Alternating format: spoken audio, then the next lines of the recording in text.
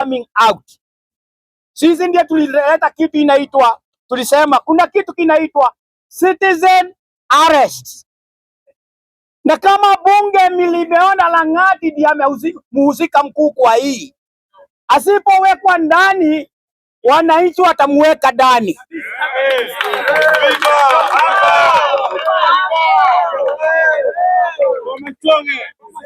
Wakati tulipiga kura kusema katiba tumeipitisha, sio polisi walipitisha, ni wananchi walipitisha. Na mnajua kabisa kuna sehemu inasema sovereign belong to the people. If you know that, we want the necessary institutions. If somebody is being mentioned, kama yeye tunasema ni mzuri, mtu mmoja azubutu kumweka ndani, tungekuwa barabara. Tukisema ni mbaya, aachiliwe, tutakuwa barabara. I think some of you know the case of O.J. Simpson in the United States of America. For those who knows it. Wakati watu walisema O.J. Simpson ni mzuri, hakuna mtu angemweka ndani. Lakini wananchi pia wakisema ni mbaya, ata remain kuwa mbaya. I want to say this. That our constitution will remain not effective if extrajudicial killing itaendelea. Watu wanasema ati wakati wa uhuru watu walikuwa wanakufa. Ndio, nani alisema hiyo ilikuwa right? Who says it was good? Who says it was good? It's only that you people did not come out to say no. We cannot allow this one to continue. It is true. Remember this thing, one thing. The first person kuwa president chini ya katiba mpya ni Uhuru Kenyatta. Mtu wa pili ni Ruto. Na hatuwezi kubali because both of them, they seem not to respect the constitution. This is the time we can test our constitution. This is the time now we can test our constitution onto whether it is effective and is it in the favor of the people who voted for it. If we don't do this, my friends, musiogope, I call upon when you are living like this, the way you are living, when this country is so rich, you are almost dead. There's no more death. So wake up and kick the remaining thing. Wake up and ushike kile kimebaki. Na kwa hivyo I'll address you later. Lakini nikiondoka nataka kuita wale ambao watakuwa wakiniona kwa hii mtandao. Those people who suffered for this constitution, wale tuliwekwa ndani. Akina my friend ongoing Batia, Samson Ojayo na wengine wengi ambao wanajua, na akina Orengo na Sheikh Ashihi wale asante kwa kunikumbusha wale wote ambao tulikuwa and I heard Mr. Orengo akikumbuka when one of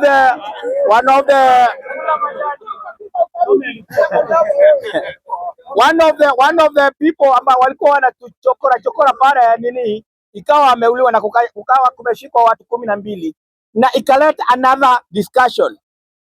Pia hii katiba imetoka mbali. Every clause in the constitution was provoked by an action on the ground. Nakumbuka wakati Ojwang aliwekwa ndani huko, sababu alikasirika yeye mwenyewe, akanyang'anya bunduki ya askari na akaitupa, akawa charged na robbery with violence. And mawakili wote wakakuja kuangalia kama hiyo ni robbery with violence. If they kept quiet, today it would have been the same. Sheria ikaona that was not robbery with violence. Guys, let us not allow our constitution, sababu within the next 3 years tutakwenda kwa election. Who knows, Ruto may not be there, but our constitution will be there. Or else whether he will be there or not, the constitution will still be there. let us rise, for our constitution grants us who we are now. Had it not been for Moi, today hii mnaita bunge la wananchi mungekuwa mmetawanywa hapa. It is the constitution that allows you to talk here. And with those little few things, let's all stand and let's all arise and say no. The death of Albert Ojwang is very brutal, unacceptable, and cannot be welcomed in the society of Kenya. It is because when the young people come out and protest against the same people who are ensuring that our young people are being killed, then they say that hawa vijana wameruku akili, hawa vijana hawako sawa. And we are the same people who are trying to channel out ways that can ensure that the country can be safe. I want to urge the young people that as much as we say that Lagat must go, I want to tell you that let us ensure that we also protect the officers in Central, hawa ambao wameshikwa, because we know most of them are very innocent and they have no problem. What they are doing, they're interdicting the police so that we can sideline the issue of Lagat. We want to tell you that the police on everywhere, all media platforms, that let us stand with these officers, because the OCS has no problem. The police, huyu jamaa anaitwa Mukwana, has no problem. The problem is where we know. Because when the Inspector General, since Joseph Boynet was there, who said that any IG who must be installed must be killing people? Who said that? Who said that any person who can be the Inspector General can be killing people? Because we had Boynet, we had Mutiambai, we had Kome. When Kome was removed, we thought that things will get better. But when Kanja got in, people are still being killed.